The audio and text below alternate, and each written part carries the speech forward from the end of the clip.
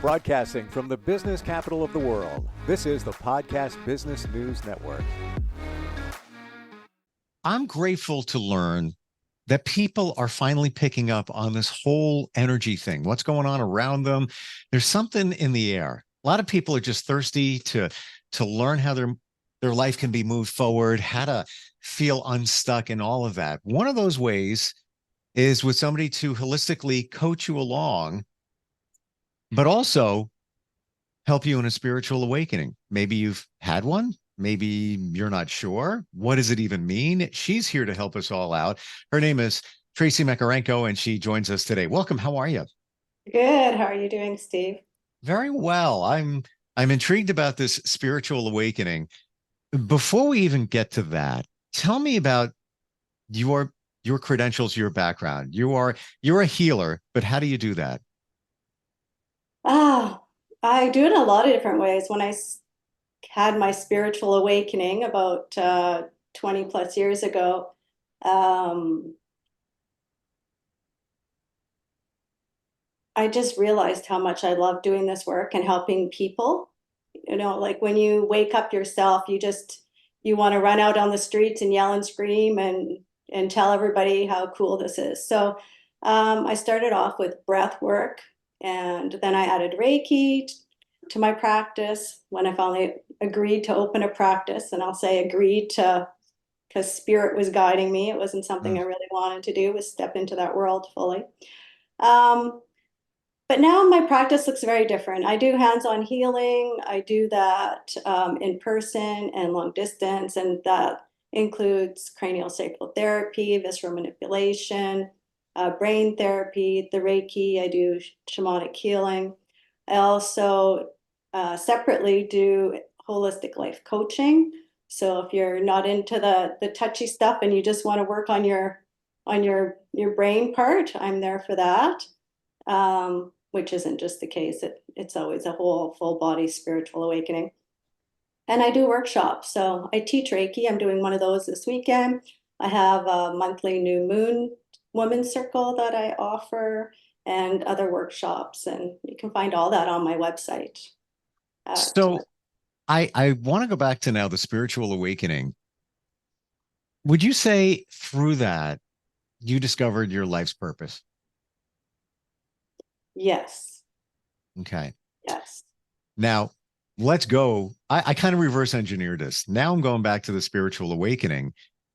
What was that like? I've heard from a number of people their description of it.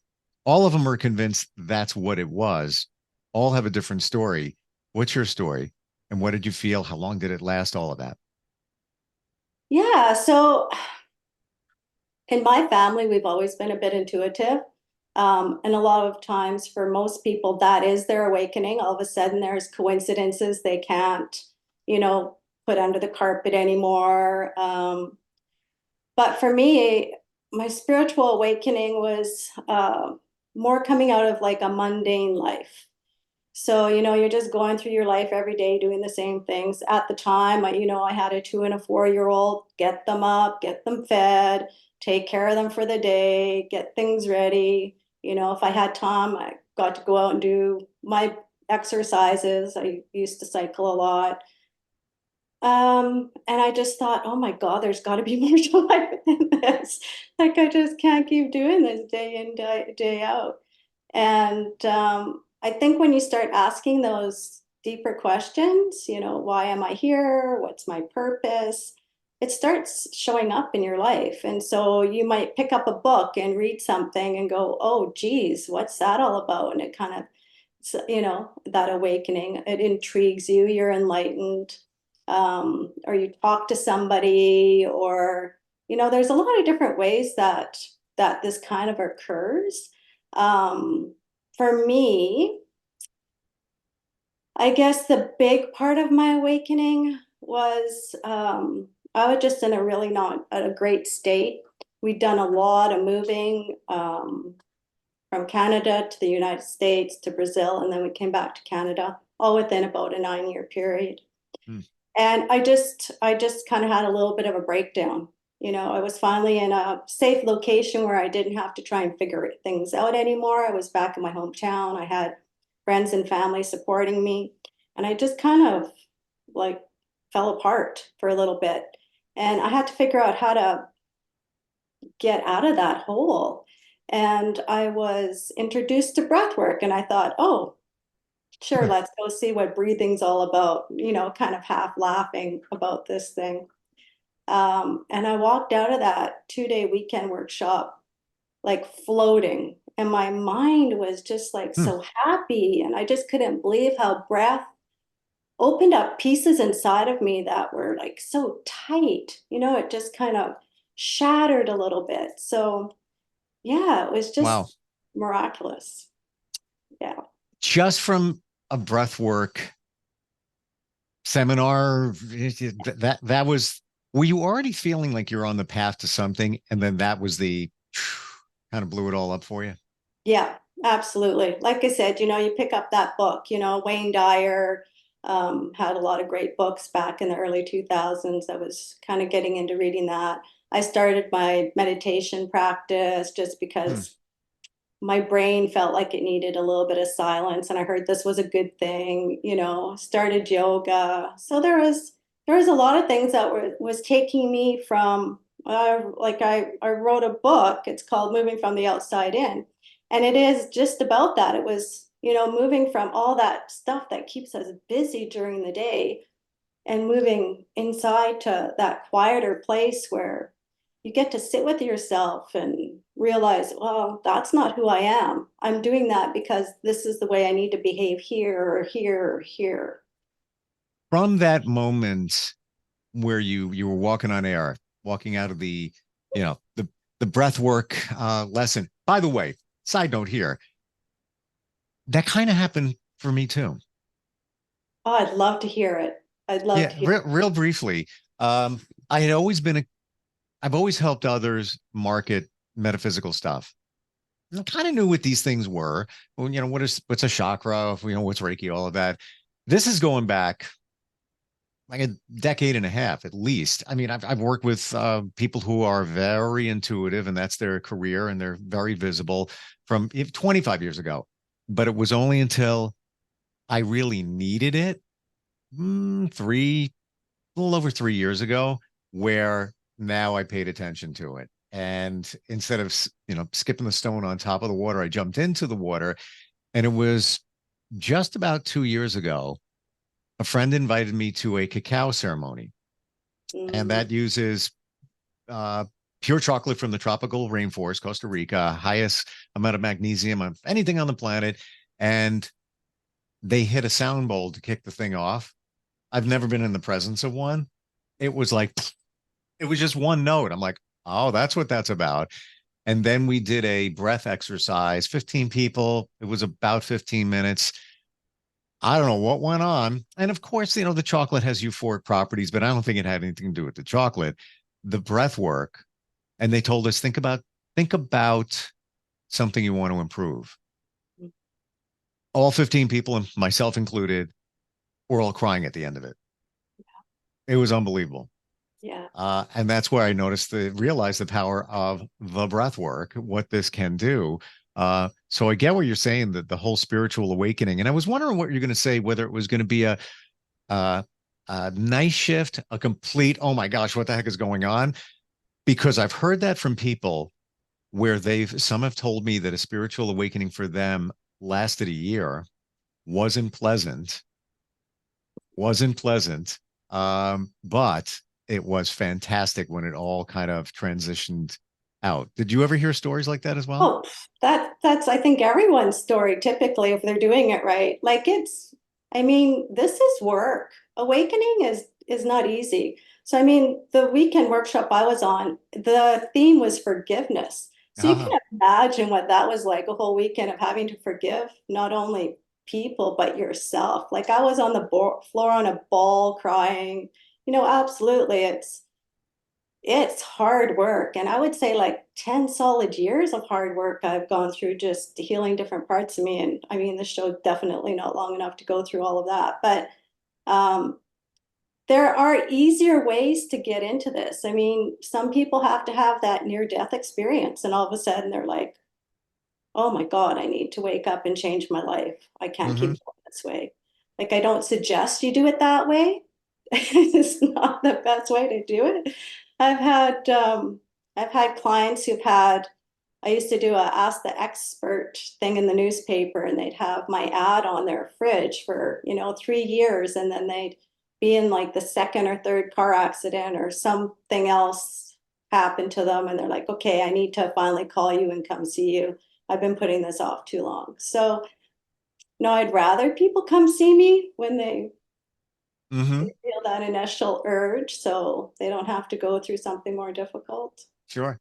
And when you work with somebody, and that's why I wanted to start with the different modalities. You've got a lot of stuff in the tool chest to pull down to help somebody, depending on what their challenges are, what their goals are. How do you determine though? How do you pick what's going to work best, or is that kind of an intuition kind of thing? Oh, it's absolutely at this point in my life, it's just intuitive for sure. I know sometimes what's going to happen beforehand. Other times I don't have a clue. Usually it happens as soon as I tap into their energy. I'll have a better sense. But I always start with breath. Like breath for everybody is different. And just get people breathing because, you recognize a little bit more of your body when you start breathing. You notice that your shoulders are up here, or Hmm. you're twisting, or just Sure. breathing into your body brings that body awareness. And I think a spiritual awakening has a lot to do with body awareness, just knowing that you own one and that it's there. Then I usually tap into the nervous system because everybody's nervous systems, especially when you come in and see somebody for the first time, you don't know what's going to happen. Everyone always asks, what's going to happen? I'm like, well, I guess we'll find out. Kind of calm their nervous system down. And then it's really great if they fall asleep at that point, um, because then you know that they kind of trust you, or that the universe is kind of getting them out of the way so that we can do some deeper work. But they don't always fall asleep. Oh, I've been there. I've done it. I've had Reiki and have fallen asleep, and I went with somebody else, and they're like, "You fell asleep." I'm like, "I did," and like, "Yeah," and you were snoring. I'm like, "Oh, great." I don't snore. Nobody's ever said I snore. I was snoring during Reiki, but it was a good thing, like you said, because now you're so relaxed, and we can do a lot of these things virtually. Why the heck can't it be done while you're sleeping? Yeah. And when you fall asleep, it's like the ego is kind of not playing games, the body's just kind of there. Um, but the part that I really love about this work, and it's just kind of, it's not a small part, it's a big part, but it's not very visible, is we have our physical body, but we have this energetic body, and it's not the chakras that, run down the front and the back of our body. It's not the meridians that people use for acupuncture, or acupressure. Um, it's literally the energy that shows up when we're born, probably before we're born, but it's what gives us life, this energy, this prana. And a lot of times when we do repetitive stuff, so I've worked with swimmers when they're diving all the time, I'll work on them and their legs are perfectly together all the time. So energetically, they're here. So when they walk, they stumble a bit because their energetic legs are here, but their physical legs are trying to move. I don't know if that makes sense. I get it. Yeah. Okay. So if somebody's in an accident or anything really, you can dislodge a limb from where your limb is. And so you might end up getting cold hands and feet. Typically, they're the first ones because the circulation, it's harder for it to get down to our hands and feet. But people have the same problems with any part of their body. Concussions, the brain parts are all like dislodged from where the actual physical brain is. So for me, putting those pieces back together, and then it's almost like a softening of butter when they just like go together and then there's a click. And then the person, whoever the person is, whether they're in person or farther away or they're in a workshop and it's all happening on different levels, there's a little bit of an awakening going, oh my God, how did that happen? I totally know what you're saying. And I believed in some of my really good friends are psychics. So I would watch. I'm where I'm going with this is the spiritual part. I never had an answer for how they do what they do, but I know it's legit. And I'm skeptical. I always try to punch a hole in it. And when I can't, it's legit. And my mom passed 4 years ago, and I ask for signs and I get them. And they're very specific. It's not like a butterfly went by. No, it's very specific. I could go on for hours, like No, all the I'd like stuff to that hear she sent. what does she do? Last thing she did was I was just saying, Mom, just tell me everything's all right. Got some stuff going on. Show me a sign. Last thing she did happened right here, actually.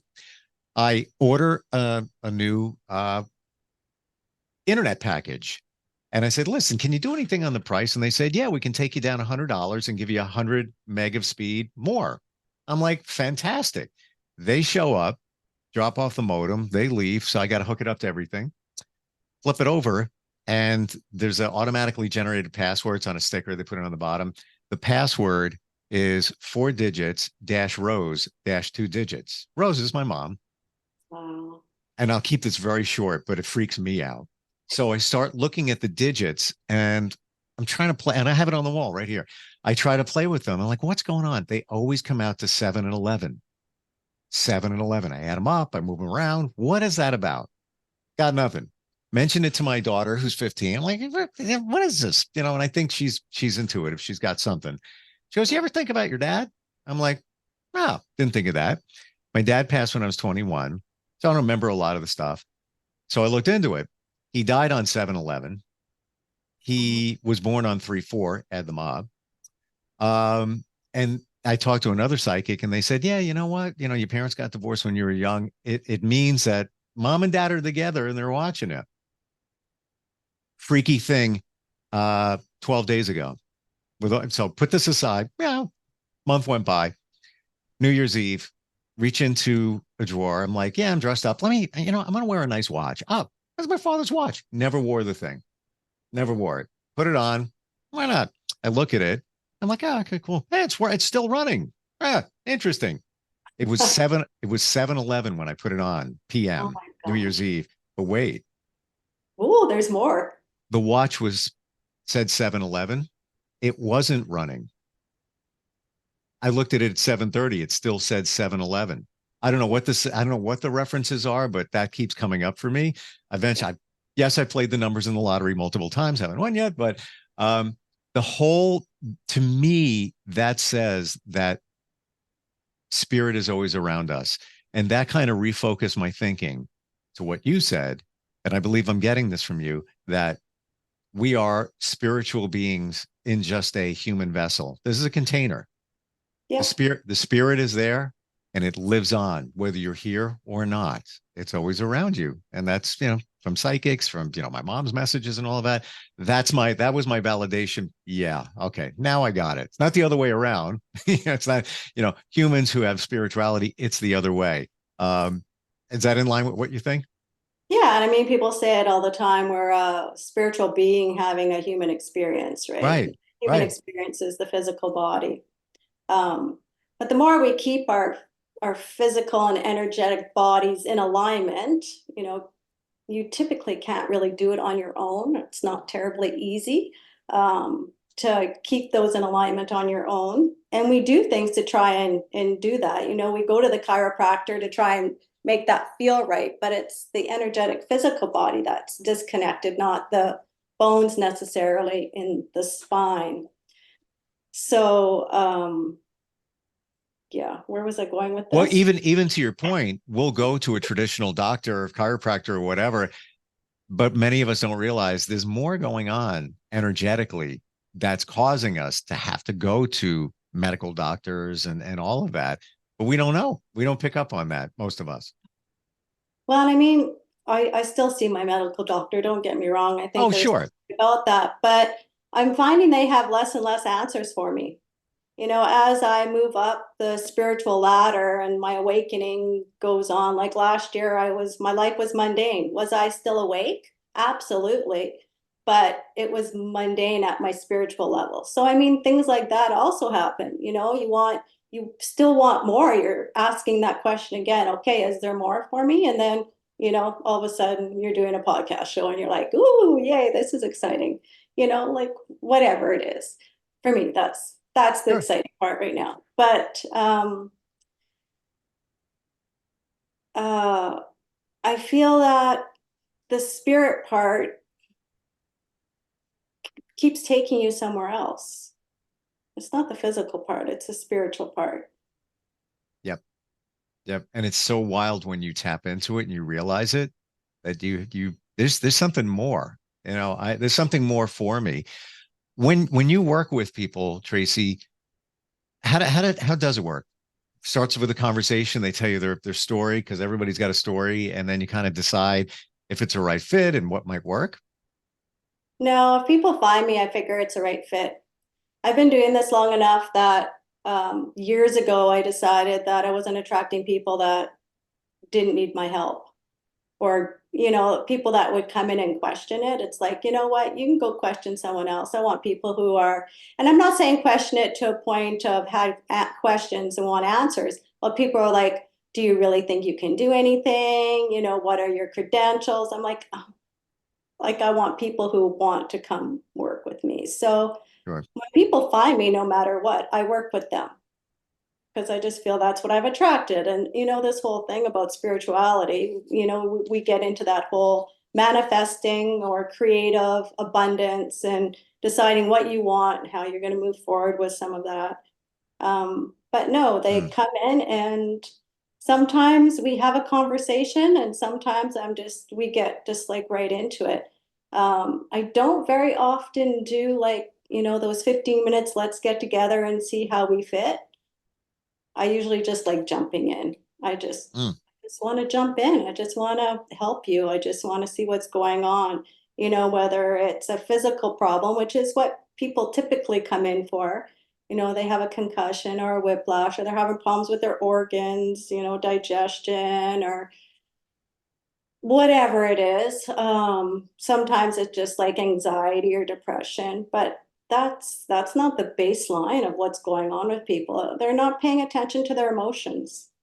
So, I help mm, them with that part, the physical part they feel is ailing them, but it's almost always connected back to an emotional part. Sometimes they're not ready to feel that, and that's fine. We'll have a few sessions, and then all of a sudden they're like, oh my God, where did all that anger come from? And you're just like, well, it's been sitting there for a long time. Let's get it out. Let's connect in with it and let's like breathe through it and let's just get this anger out or whatever the emotion is. There's a mm. lot of different emotions that we keep trapped in our body for different reasons. And that's why many of us are dealing with some physical stuff. Yeah, Yeah. yeah. We're just about out of time, but I love what you said that people show up that need you. It just happens that way. And I agree. I've experienced it. What do they say when the student is ready, the teacher shows up? Yeah. Yeah. And it's kind of a beautiful thing when you have that alignment and you finally realize the spiritual thing going on there. Tracy, how do we find you? Oh, so physically, I'm in Nanaimo on Vancouver Island on the west coast of Canada. But online, you can find me at tracymacrenko.com. So TracyMacArenko.com. And then Tracy Macrenko for everything, Facebook, Instagram, email address, tracy@tracymacrenko.com. Just kept it simple. Love it. I'm looking in the background and it looks like you have some kind of drum. Oh yeah, I have a couple drums. Yeah, I actually don't play the big one very much. I'm a shamanic healer, so drumming is kind of an important part. But I do like the littler drum down there. And then my daughter was in Bahamas and brought me a rain stick, which I've been wanting forever and ever. Oh wow. So Yeah. I that's was in always the fun. love the Bahamas, love all the culture because this kind of stuff, this music. Now I get why they're all happy because it heals. Yeah. It Uh, does for sure. Tracy, wonderful having you on. Love talking with you. So much more to talk about. Even, you Oh, talk about shamanic healing. There's another podcast at minimum. But I thank you for today and look forward next time we talk. yeah. Thank you so much. Thank you. We'll be right back.